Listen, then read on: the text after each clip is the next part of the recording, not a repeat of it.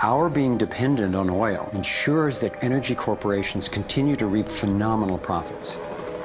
I see them committing huge resources to undermine energy alternatives, to control global reserves, and to maintain high oil prices. They have enough money and influence to suppress anything that might threaten their monopoly. So who's behind the huge energy corporations? The Rockefellers' oil empire got started in 1870 when John D. Rockefeller founded Standard Oil and became America's first billionaire. Standard Oil has since morphed into ExxonMobil and others. And the Rockefellers control our food as well. They were primarily responsible for the global shift to large-scale petroleum-based agriculture. I remember the so-called Green Revolution of the 1960s and 70s. Like most people, I thought it was a great thing. It was, however, based on the planting of huge plots with a single crop using vast amounts of oil-based fertilizers, herbicides, and pesticides. The Green Revolution was the brainchild of the Rockefeller Foundation's Natural Science Division in partnership with large agricultural corporations. Petroleum-based agriculture provided vast new profits for the oil industry, but never lived up to its promises of ending hunger and promoting health. The Green Revolution did at first increase productivity because every bit of soil was being used for immediate production. But its true costs can now be seen. Taxpayers pay billions in subsidies to giant agribusiness corporations. Small family farms have all but disappeared. Biodiversity is destroyed. Toxic chemicals poison farm workers and pollute the land, water, and our food supply, endangering the health of us all. As of 2010, approximately 1 in every 7 people worldwide did not have enough to eat. The giant corporations who had brought us chemicals for chemical industrial agriculture, and they were talking about 3 instruments to consolidate the food chain. The first was genetic engineering as a way of control. The second was patenting seed and patenting life as a way of control, declaring seed to be private property, treating the saving of seed by farmers as a crime, as a theft of intellectual property. And the third was so-called free trade treaties that would rob ordinary people, farmers, growers, of their freedom to save seed. The design of terminator technology to create sterile seed in order to impose even more dependence of humanity on a handful of corporations is the ultimate step in this. We are, through what we are doing with seed, literally for the first time, creating a new colonization, which I call the colonization of the future.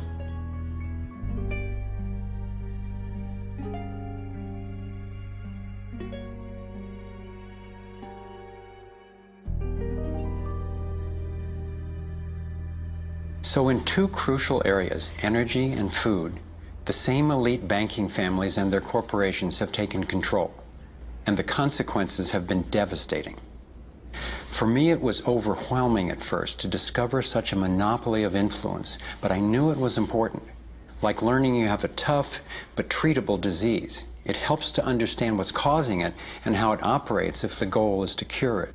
So I continued my investigation. If oil and food are controlled by the big banking families, where else does their influence show up? As I followed the money, I began to see this same pattern of control in just about every area of our lives.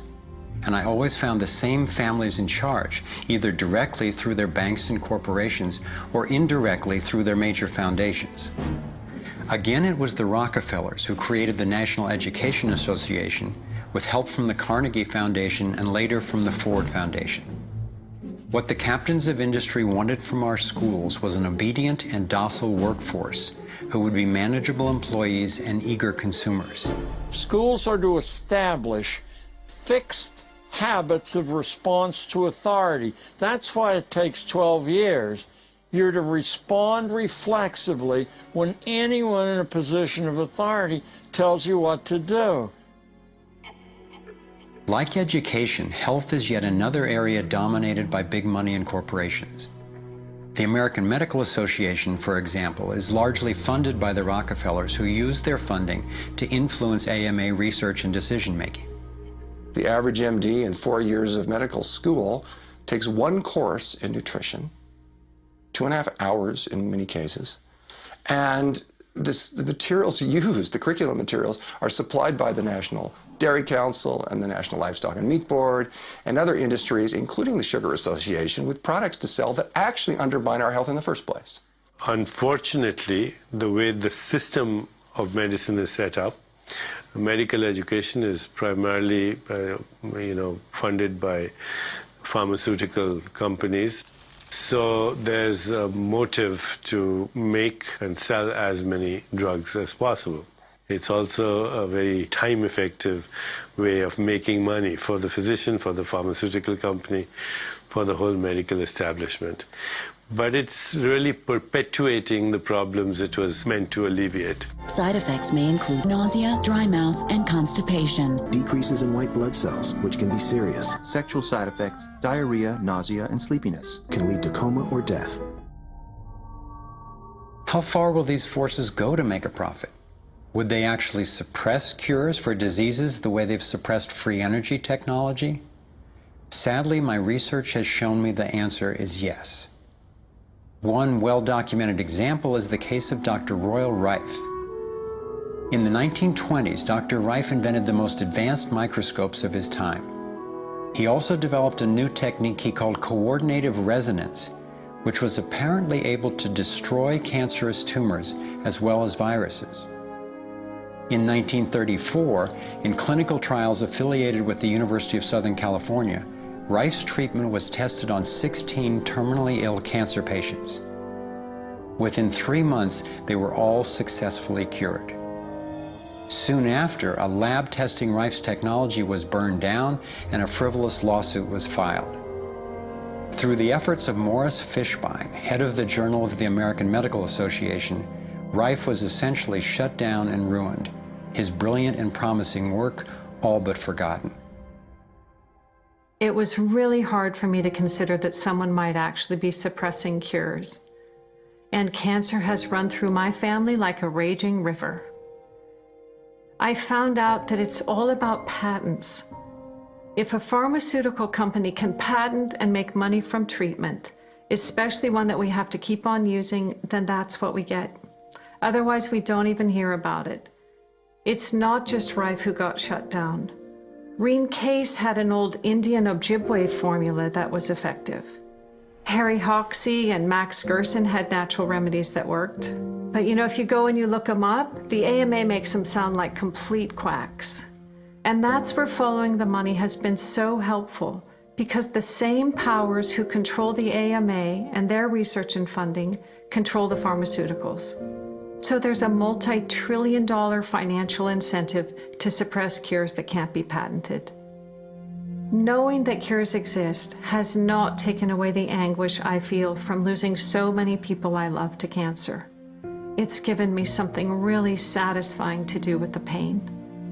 And I believe when we take the love and devotion that we have for everyone who's died and who will die unnecessarily, and direct it to developing and getting these cures out to people who need them, we can break this cancer legacy and heal.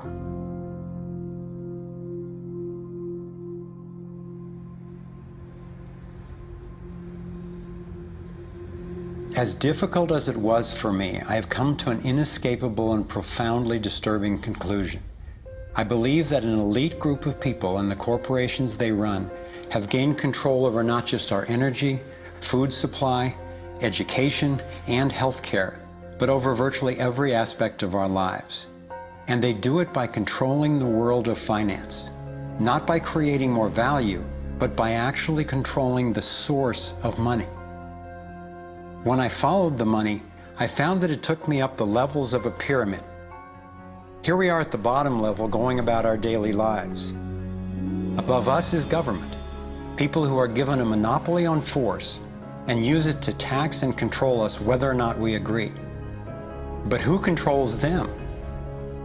At the next level are the corporations. Many would say that it is now corporations and not nation states that rule the world. They call it a corporatocracy. To acquire the world's resources and control the markets, this corporatocracy must have access to cheap money.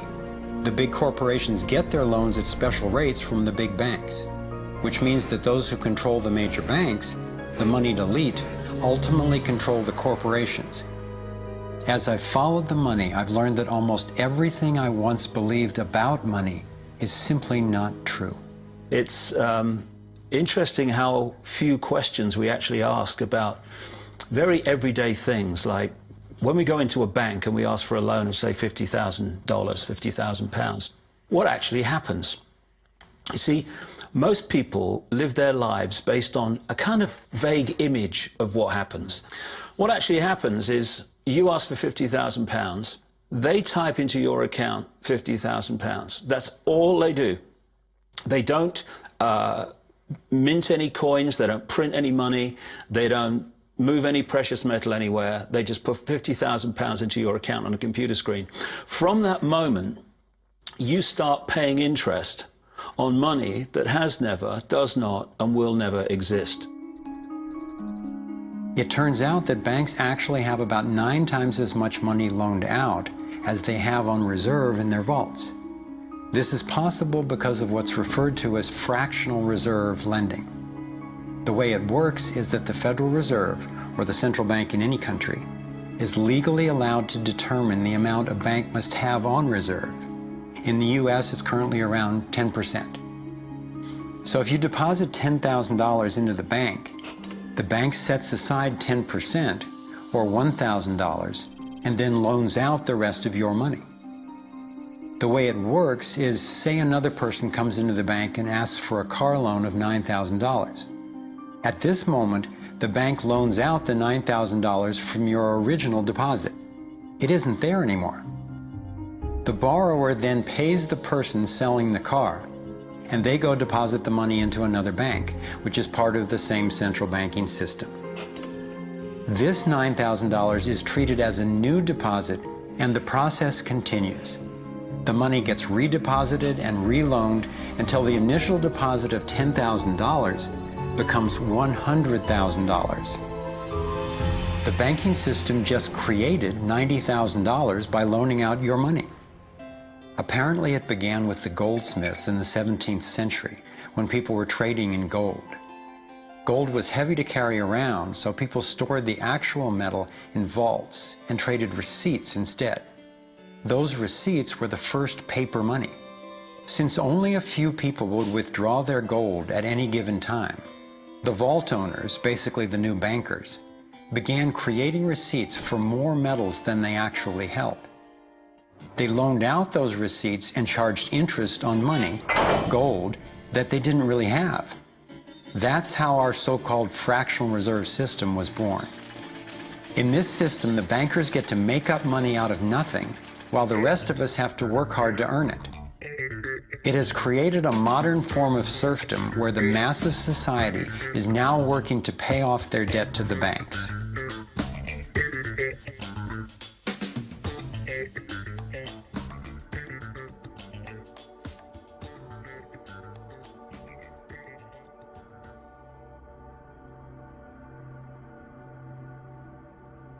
Under this fractional reserve scheme, we inevitably become debt slaves to a ruling class of financial elite, not because they are better or smarter than anyone else, but because they have rigged the system to benefit themselves at the expense of most people on the planet. Catherine Austin Fitts is an expert on this issue. She was an Assistant Secretary of Housing and Urban Development under President George Bush Sr., and then an advisor to the Clinton administration. Let's set up a game of Monopoly and you want to buy Park Place. What I can continually do is just print money, give myself more money, lower the value of your money by printing more. No matter how hardworking you are or how successful you are, I can always end up buying you for free. So how come if you or I make up money, it's called counterfeiting, but if the banks do it, it's increasing the money supply? How did the banks get this power? This is Jekyll Island, where in 1910, representatives from the Rockefellers, Rothschilds, Morgans and other private bankers gathered secretly to draft the legislation that would create the Federal Reserve. Ed Griffin literally wrote the book on what happened at Jekyll Island.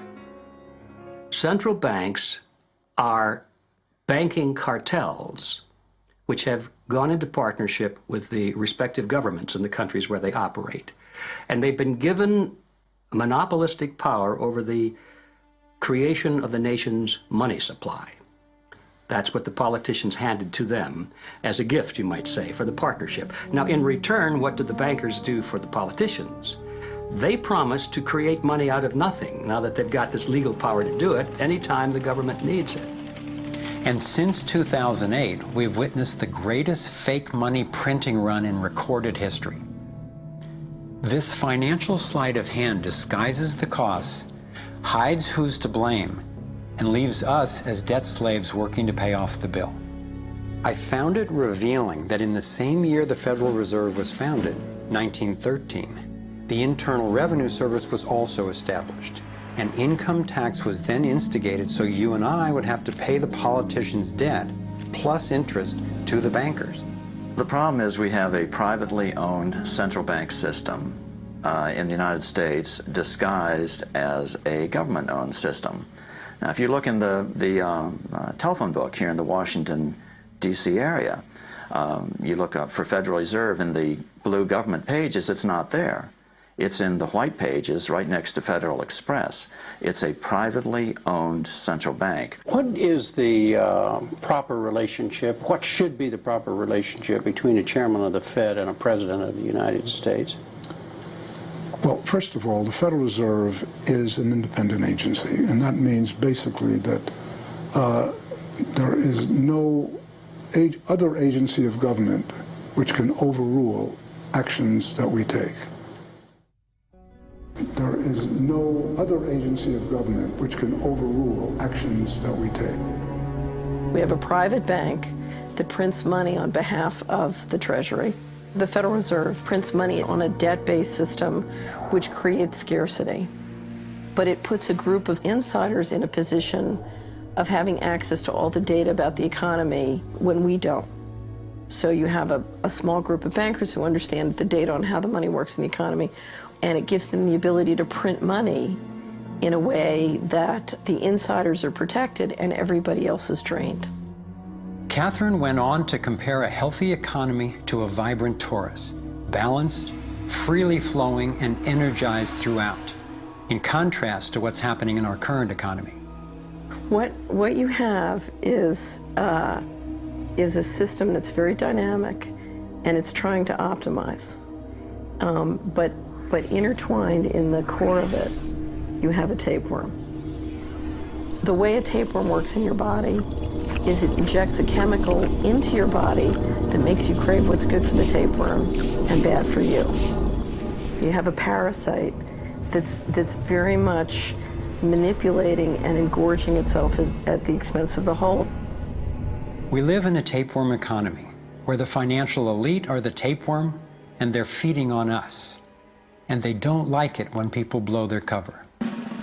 After Catherine began exposing government corruption at the highest levels, the FBI raided her company and seized its assets. She was dragged through the courts for 10 years before being found innocent. So we've got the Federal Reserve, a privately owned corporation with a monopoly on creating money, but with no accountability, backed up by a government with a monopoly on force. The country got sold on the Fed as an institution that would help stabilize the economy and remain independent of politics. But in fact, in close to a century of existence, the Federal Reserve has done just the opposite. Since they took charge, we've been robbed through inflation, and the purchasing power of the dollar has declined more than 96%. And the wealth gap makes it clear most of the money is going to a very few. Only 16 years after the Federal Reserve was in power, America experienced the Great Depression. My research revealed that before the big crash in 1929, the elite bankers pulled their money out of the stock market. After the crash, they used that money to buy up cheap stocks and smaller failing banks for pennies on the dollar. Among the bankers who consolidated their wealth this way were the Rothschilds, Rockefellers, and Morgans. A similar scenario played out in the 2008 financial collapse, with the same bankers benefiting.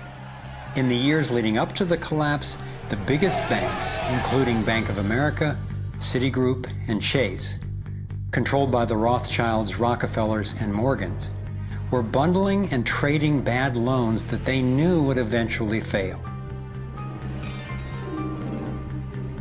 It's like putting rotten oranges in a box and selling them as grade AAA. The bundlers of the debt knew it was only a matter of time before someone would open that box and see that the content was worthless, since they were the ones who packed the boxes in the first place. When the rotten oranges, what we hear about as unsound loans, derivatives, and credit default swaps, were finally discovered, everyone was impacted. People lost their homes, their jobs, their businesses, and their retirements. Meanwhile, the biggest banks who created the problem in the first place were the ones who got bailed out. Why's that? Why would the Federal Reserve give trillions to the banks, even though the majority of Americans were against bailing them out? And why not help those most in need rather than the perpetrators of the financial collapse? My research led me to believe that the same people who created the Federal Reserve, the Rothschilds, the Rockefellers, and the Morgans, still control it, and they use this scheme to bail themselves out at our expense. Many of the banks created are still the most powerful lobby on Capitol Hill, and they, frankly, own the place. I'm convinced that the near collapse of the economy in 2008 resulted from an orchestrated pump-and-dump scheme designed and executed by the big bankers to consolidate wealth and power. David Icke explains how he sees the Federal Reserve rigging the so-called business cycles. Stage one, it's like throwing a fishing line out. Stage one, you put lots of money, units of exchange, into circulation. You do this by pushing interest rates down, by making lots of loans. This is the part of the cycle we call a boom. Because there's lots of units of exchange in circulation, there's lots of money changing hands. That generates lots of economic activity. That generates jobs. And as more and more money is spent, there's more demand. So companies take out more loans of fresh air money to increase their production. People get confident in their everyday lives. Hey, you know, I work for this company, they've got lots of orders, it's really going great, my job's safe, I tell you what, we're gonna have a bigger house. Then they start to change it. What they do is they pull the fishing line in. They push interest rates up. Now, fewer people, are taking out loans, and they make the criteria for having a loan from the bank stronger anyway. And also, now, as interest rates have gone up, a larger part of people's income is going to pay back the extra interest and not being circulated in buying things. Suddenly, there's nothing like as much money in circulation, and therefore, fewer things are being bought. Companies start to go down in terms of their profits. They start to shed jobs, and they start to go out of business. People lose their jobs, they can't pay the mortgage anymore of the big house they took out in the good times. Now what the banks are doing is starting to reel the fishing line in, because as they go bankrupt, companies and individuals, the banks get the real wealth, the property, the land, the resources that they had signed to them for lending merely figures on a screen. Now this economic cycle of fishing line out, fishing line back, lots of units in circulation, pull them in, has been going on for centuries. And what it's done, it's stolen and accumulated the real wealth of the world in the hands of the few.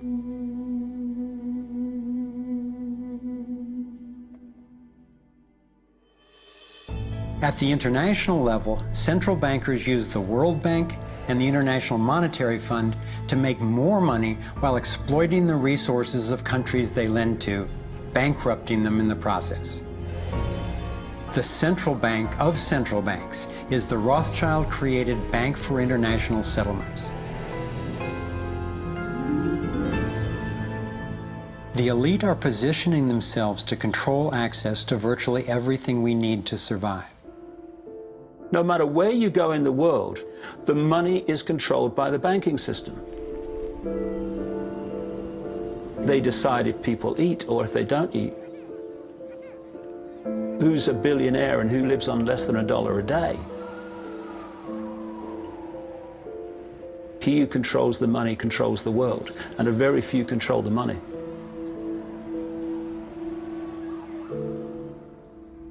At this point, my view of the world had been turned upside down. I was struggling with the realization that the failure and suffering of so many is actually success and fulfillment for a few. The elite central bankers who fooled the world into letting them create money. They already have vast fortunes, so what is their end game? What is their ultimate agenda?